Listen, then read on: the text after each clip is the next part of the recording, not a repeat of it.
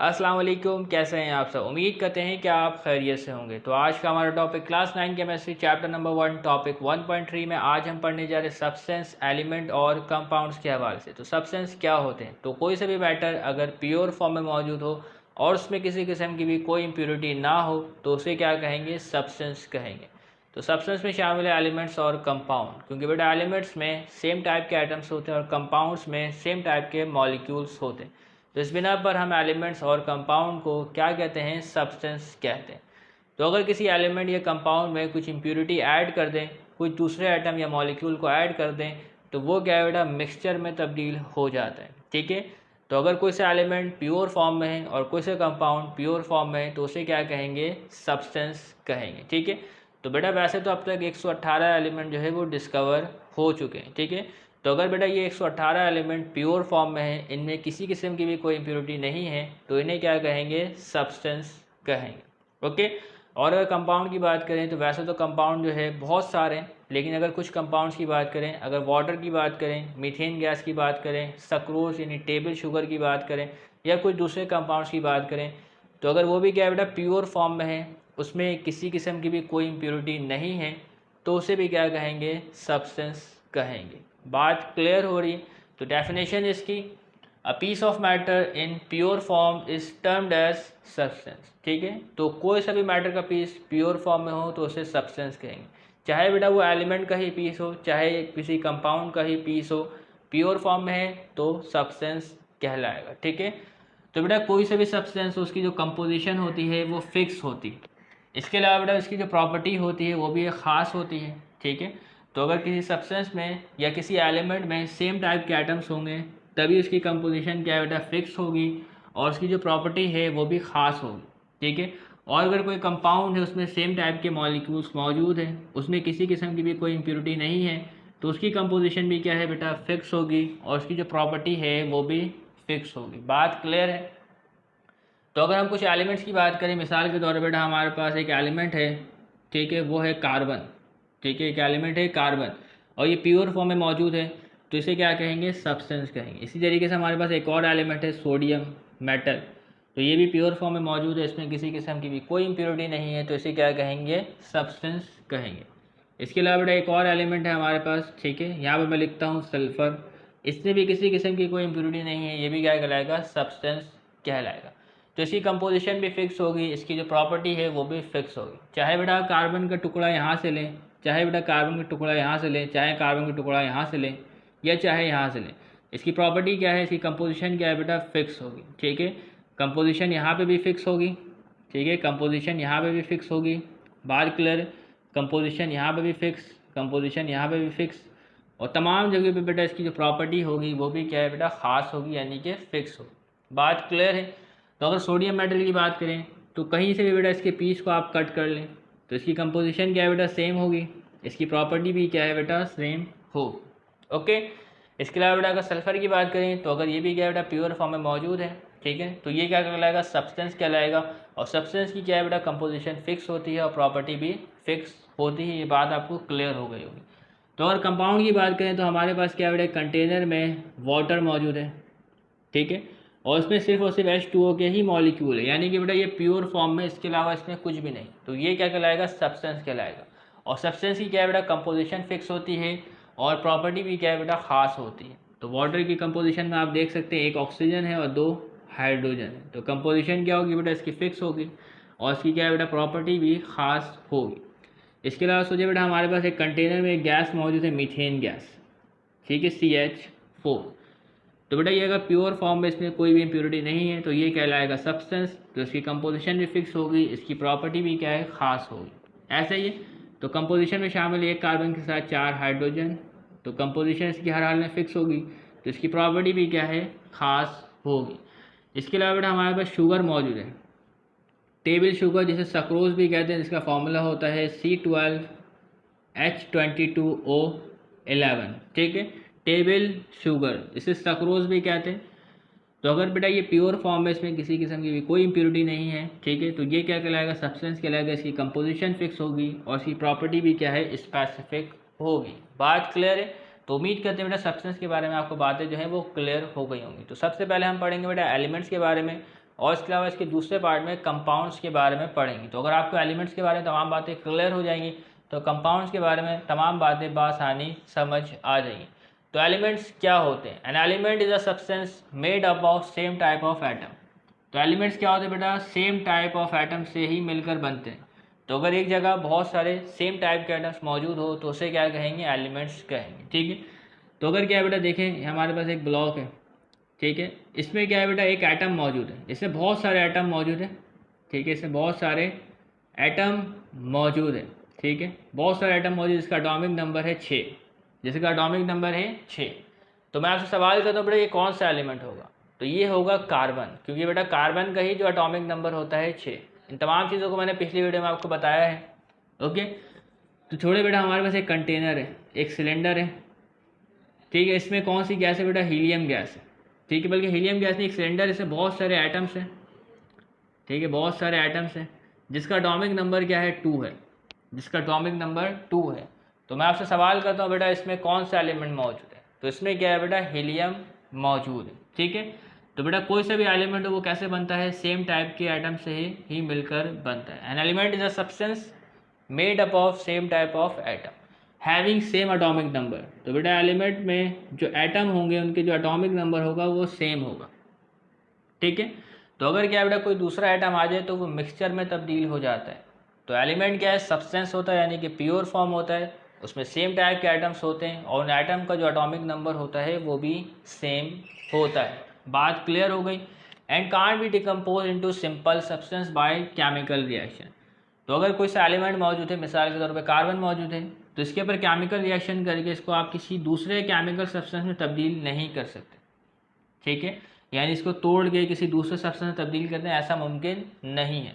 इसके अलावा बेटा अगर सोडियम मौजूद है आपके पास, सोडियम मेटल, तो इसमें भी सेम टाइप के एटम्स मौजूद है, जिसका एटॉमिक नंबर क्या होता है बेटा? 11 होता है, जिसका एटॉमिक नंबर 11 होता है। कार्बन में जो एटॉमिक नंबर होता है एटम्स का वो होता है 6। तो इसके बाद भी केमिकल रिएक्शन करके इसमें सोडियम के जो एटम्स इनको तब्दील नहीं कर सकते। बात क्लियर हो रही? ठीक है, ओके।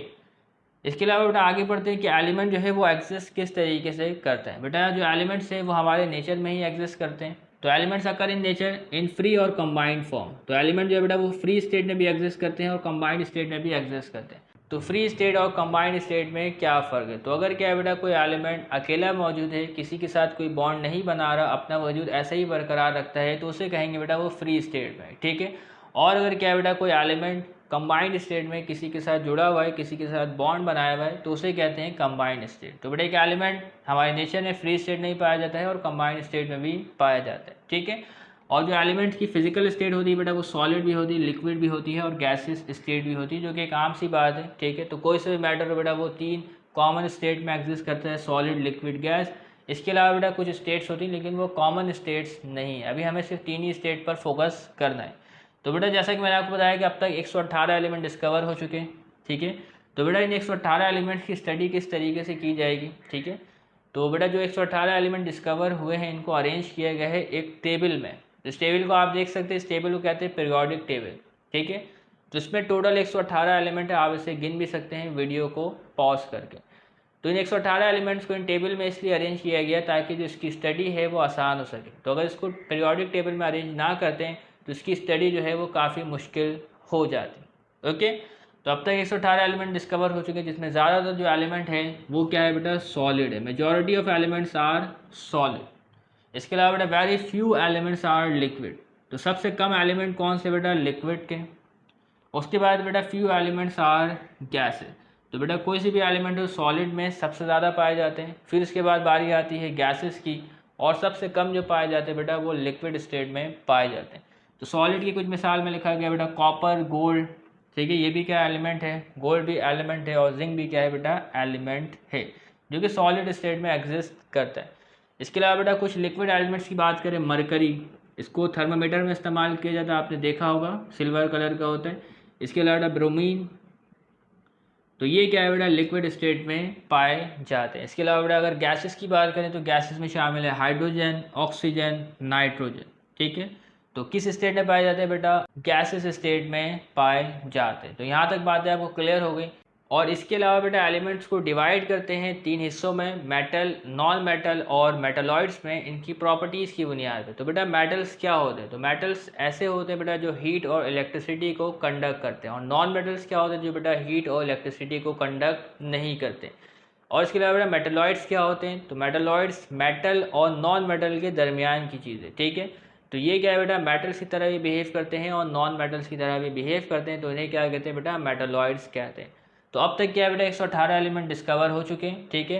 तो इनकी प्रॉपर्टीज़ की बुनियाद पे एलिमेंट्स को मेटल, नॉन मेटल और मेटलॉइड्स में तकसीम करते हैं, ठीक है। तो elements are divided into metals, non metal and metalloids on the basis of their property.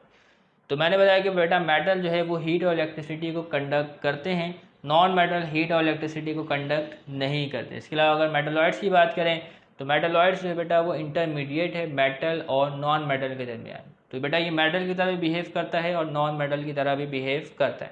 तो सबसे पहले पढ़ेंगे बेटा मेटल के बारे में। तो metal is a solid material, ठीक है। तो ज़्यादातर बेटा जो भी मेटल है वो सॉलिड स्टेट में पाए जाते हैं, ठीक है। Metal is solid material which is typically hard, shiny, malleable, fusible and ductile, ठीक है। तो मेटल क्या है बेटा, हार्ड होते हैं, शाइनी होते हैं यानी कि शाइन करते हैं, आपने देखा होगा। मेलिएबल यानी कि बेटा अगर आप इसके ऊपर पीटे, इसके ऊपर मारें तो ये क्या है बेटा, शीट्स में तब्दील हो जाता है।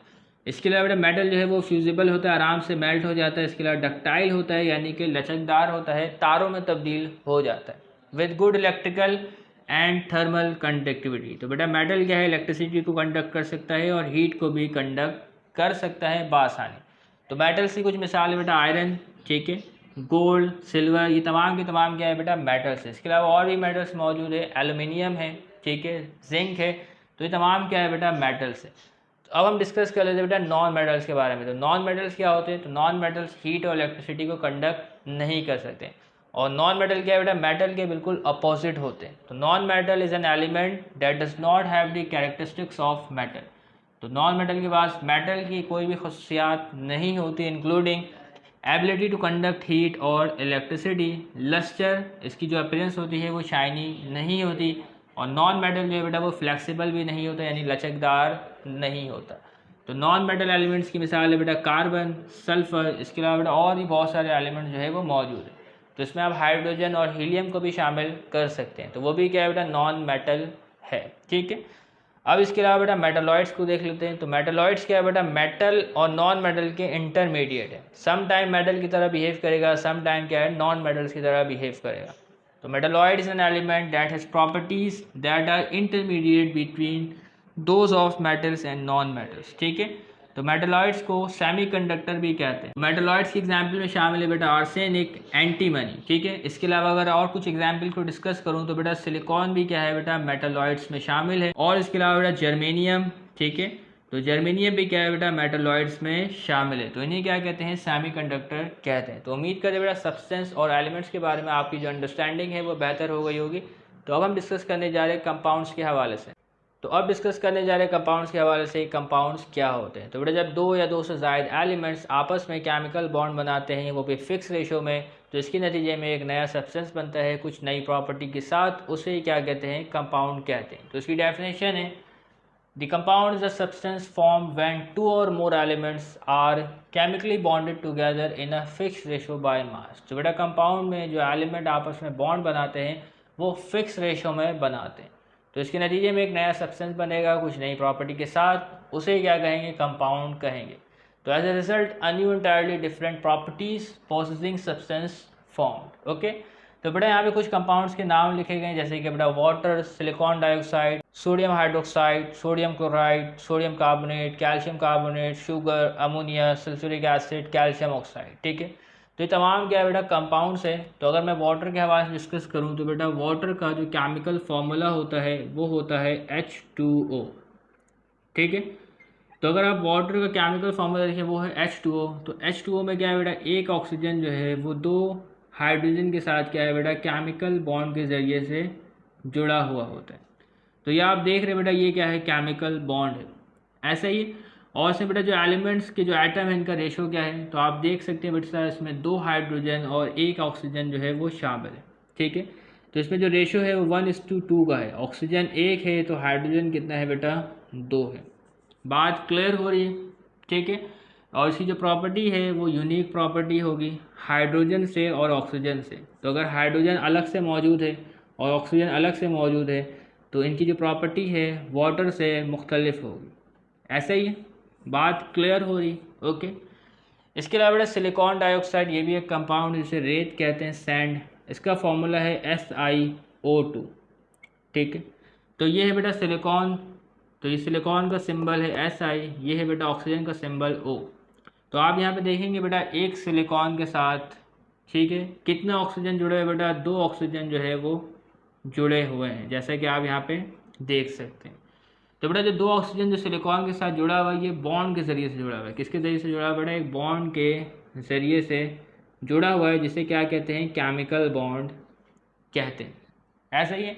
तो बेटा सिलिकॉन डाइऑक्साइड में जो सिलिकॉन है वो 1 है, ठीक है, और ऑक्सीजन जो है वो 2 है।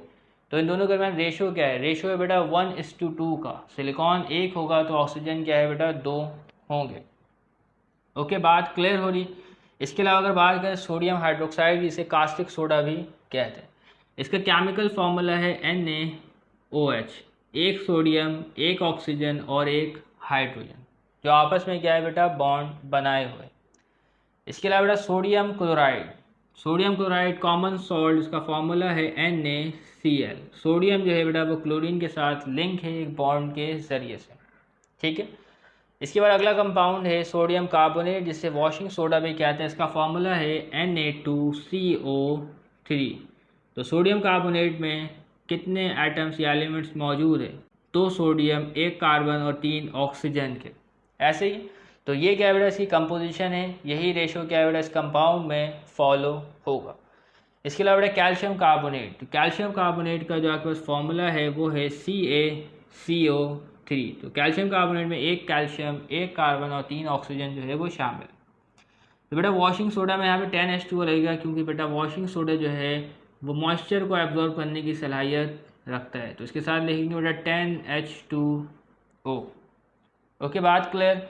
अगला है बेटा शुगर। तो शुगर का जो केमिकल फॉर्मूला है वो है बेटा C12H22O11। तो शुगर के मॉलिक्यूल में 12 कार्बन, 22 हाइड्रोजन और 11 ऑक्सीजन जो है वो शामिल होते हैं, और इनके दरमियान भी क्या बेटा केमिकल बॉन्ड होता है। इस तरीके से अगर अमोनिया के केमिकल फॉर्मूले की बात करें वो होगा NH3। तो नाइट्रोजन जो बेटा 3 हाइड्रोजन के साथ लिंक होगा केमिकल बॉन्ड के ज़रिए से। इसके अलावा बेटा सल्फ्यूरिक एसिड, इसका फॉर्मूला होता है H2SO4। ये है बेटा केमिकल फार्मूला, ठीक है। तो केमिकल फार्मूला क्या बताता है, रेशियो बताता है एलिमेंट्स के दरमियान में। तो देखें बेटा हाइड्रोजन कितना है, 2 है, सल्फर 1 है और ऑक्सीजन 4 है। इसके अलावा कैल्शियम ऑक्साइड, इसका फॉर्मूला है CaO। तो बेटा यहाँ पे भी हमें केमिकल फार्मूले के रेशियो पता चल रहा है कि कैल्शियम ऑक्साइड में 1 कैल्शियम होता है और 1 ऑक्सीजन आपस में बॉन्ड होता है। तो ये थे बेटा कुछ कंपाउंड, ये थे उसके कुछ केमिकल फॉर्मूला। इसकी डेफिनेशन को हमने जान लिया। तो बेटा जो कंपाउंड में एलिमेंट्स होते हैं, तो एलिमेंट्स जो जुड़े हुए होते हैं वो किसके ज़रिए से जुड़े होते हैं बेटा, बॉन्ड के ज़रिए से जुड़े हुए होते हैं। तो बेटा उन एलिमेंट्स के दरमियान कौन कौन से बॉन्ड मौजूद होते हैं। तो type of bond holding the element में भी आयोनिक और कोवेलेंट, ठीक है। तो बेटा कंपाउंड्स में एलिमेंट्स के दरमियान जो बॉन्ड होता है वो आयनिक भी हो सकता है और कोवेलेंट भी हो सकता है। तो दोनों में से एक बॉन्ड होगा, लेकिन कौन सा होगा अभी हमें इसे डिस्कस नहीं करना, क्योंकि केमिकल बॉन्ड का जो टॉपिक है वो आने वाले चैप्टर्स में आएगा, वहाँ पे इसको पढ़ा जाएगा, ठीक है। तो कोई से भी कंपाउंड हो तो उसके एलिमेंट्स के दरमियान आयनिक बॉन्ड भी हो सकता है और कोवेलेंट बॉन्ड भी हो सकता है। तो बेटा यहाँ पे कुछ एग्जांपल लिखी गई, जैसे कि NaCl sodium chloride, CuSO4 copper sulphate, KBr potassium bromide. तो ये क्या है बेटा सॉल्ट्स हैं, ठीक है। तो इन सॉल्ट के दरमियान भी क्या है बेटा बॉन्ड मौजूद होता है। तो सोडियम और क्लोराइड के दरमियान बॉन्ड होता है, कॉपर और सल्फेट के दरमियान बॉन्ड होता है, इसी तरीके से पोटेशियम और ब्रोमाइड के दरमियान भी एक बॉन्ड होता है, ठीक है। तो इनके एलिमेंट्स के दरमियान बॉन्ड होता है आयनिक बॉन्ड।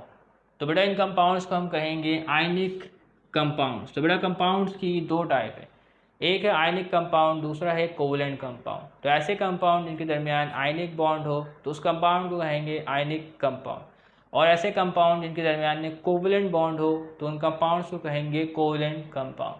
तो बेटा जो वाटर है, इसके अलावा मीथेन गैस है, इसके अलावा सल्फ्यूरिक एसिड है, ठीक है। तो इनके एलिमेंट्स के दरमियान कोवेलेंट बॉन्ड मौजूद होता है। तो बेटा इन कंपाउंड्स को हम कहेंगे कोवेलेंट कंपाउंड। अभी तक आपने सिर्फ इतना ही जानना, ये नहीं जानना कि आयनिक कंपाउंड क्या होता है, कोवेलेंट कंपाउंड क्या होता है। सिर्फ इतना जानना है कि बेटा आयनिक कंपाउंड में एलिमेंट्स के दरमियान आयनिक बॉन्ड होता है और कोवलेंट कंपाउंड में एलिमेंट्स के दरमियान क्या है बेटा, कोवलेंट बॉन्ड होता है। ठीक है, तो यहाँ तक बेटा आपने कंपाउंड्स के बारे में कुछ बातें जो है वो जान ली। तो उम्मीद करते बेटा एलिमेंट सब्सटेंस कंपाउंड्स के बारे में तमाम बातें आपको क्लियर हो गई होंगी। तो तब तक के लिए इजाज़त दीजिएगा, चैनल को सब्सक्राइब कीजिएगा। अल्लाह हाफिज़।